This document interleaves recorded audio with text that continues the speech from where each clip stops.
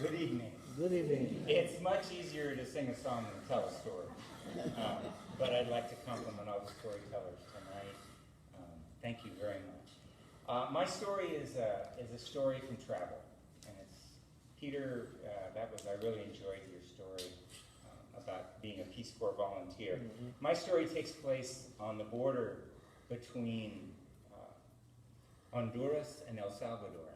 The year is 1971. And I want you to remember these words. Hoy para ti, mañana para mí. And that's the name of the story. Just to give a little background, some of you may know that when I was 15, my family moved to Mexico because my dad became a missionary. In that era, they weren't missionaries, they were fraternal workers. It was a big change in the church that the missionaries were going to basically work for the national churches of wherever they went. So my folks went and worked for the National Presbyterian Church of Mexico, and they were there for about 10 years. So I got to be there and was a student, and I was there in 1970 and 71 when the student movement was very, very big. And I was young and idealistic. Now I'm old and idealistic, or older. But got very, very involved. I did a lot of theater. I was involved in different groups. And I went to a big demonstration for democracy and justice in Mexico. And that demonstration was attacked by the police, and a number of people were killed. I was almost put in jail, but I didn't. There was the grace of God, and didn't get my parents kicked out of Mexico. But it was time for me to take a trip, so I kind of needed to leave the country. And I decided in my wisdom of being 21 years old or 20 that I should hitchhike south rather than come back to the United States. So I got my backpack and my boots, and I had kind of longish hair. I think I shaved a beard at the time. And I set off walking and hitchhiking to Central America. So I had a great adventure. It was about 2 months. And I got through southern Mexico and got into Belize, and through Belize and into Guatemala, where there was a revolution going on at the time. Managed to get through Guatemala, went into El Salvador, where there was a revolution happening against the military dictatorship there. I remember singing on the steps of the presidential palace, singing protest songs. And then people thought it was a good time if I left the country. So I did, and went on to Nicaragua, which wasn't having a revolution yet. Somoza was still the dictator. Through all that period of time, I learned that our government, not necessarily the people, but our government had often taken the wrong positions in terms of war and peace and democracy, and particularly control of natural resources in Mexico and Central America. So I was a good radical young kid. And so we're hitchhiking around, and I joined a group of other hitchhikers, and we called ourselves caracoles. A caracol means a snail, right? So think of a backpacker. So we were these snails, and we would travel around. We would go to markets. We would tell stories, and we would play music and get a little bit of money to be able to earn just enough to be able to buy some corn and tortillas and have a good time and learn a lot of stuff. But it was time to go home. So I turned around, and a couple of my buddies, I said, let's go north. I've got a passport. That American passport would get me through almost all the border checks. And I had a little bit of money. I had about $100 rolled up in my jeans. You know, you cut a little hole in your jeans here and you slide it through.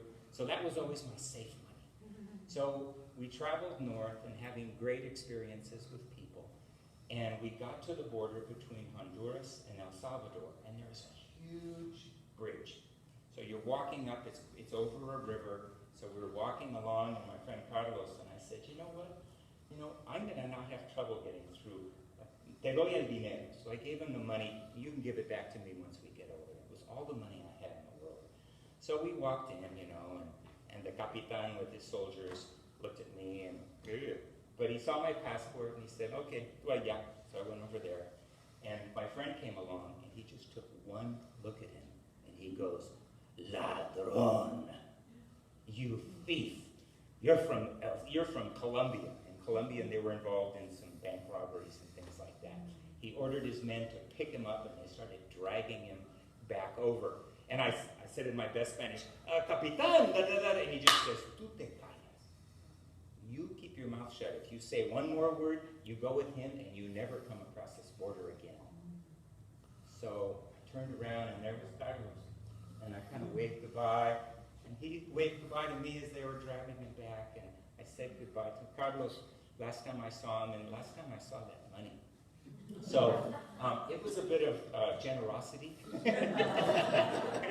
without even knowing about it. But the story, the real story, point of the story happens in a minute. So I walked to the edge of the bridge, and there was a bus waiting there to take the village ladies to market to be able to sell their goods. And so we were standing there, and I was kind of feeling sorry for myself, I guess. And so I told the bus driver, I said, me das un aventón, can you give me a ride? Because I don't have any money. I need to get to the next town, and I don't know what I'm going to do. And he said, sure. Sit in the back, and you can sit on the tire in the back. Inside, but on the tire. So I said, claro, I'll go sit down. So I went down and sat. And we're riding along, and it's really, really bumpy. And I see one of the ladies that had been outside, and she's walking around, going up and down, talking to other people, and then she comes back to me. And she comes back, and she's going like this.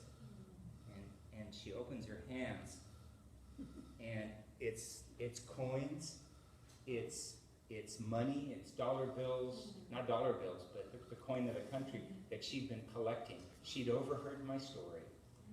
She'd felt pity for this poor dumb American, gringo kid. No, then she gave me this money, and I said, Senora, I cannot accept it. I mean, me, how can I take your money? And she looked at me in the eye and she said, joven, hoy para ti, mañana para mí. Today for you, tomorrow for me. And I think I was raised in a Christian pastor's family, and there was many examples of generosity given to me and shown, but it wasn't until that point in my life when someone who had so little gave out of their poverty to me that I said, wow, that is a big debt to pay. And so I've kind of lived with that story ever since. By the way, I did make it back to San Salvador. I sent a telegram, because that's what we did in those days, right?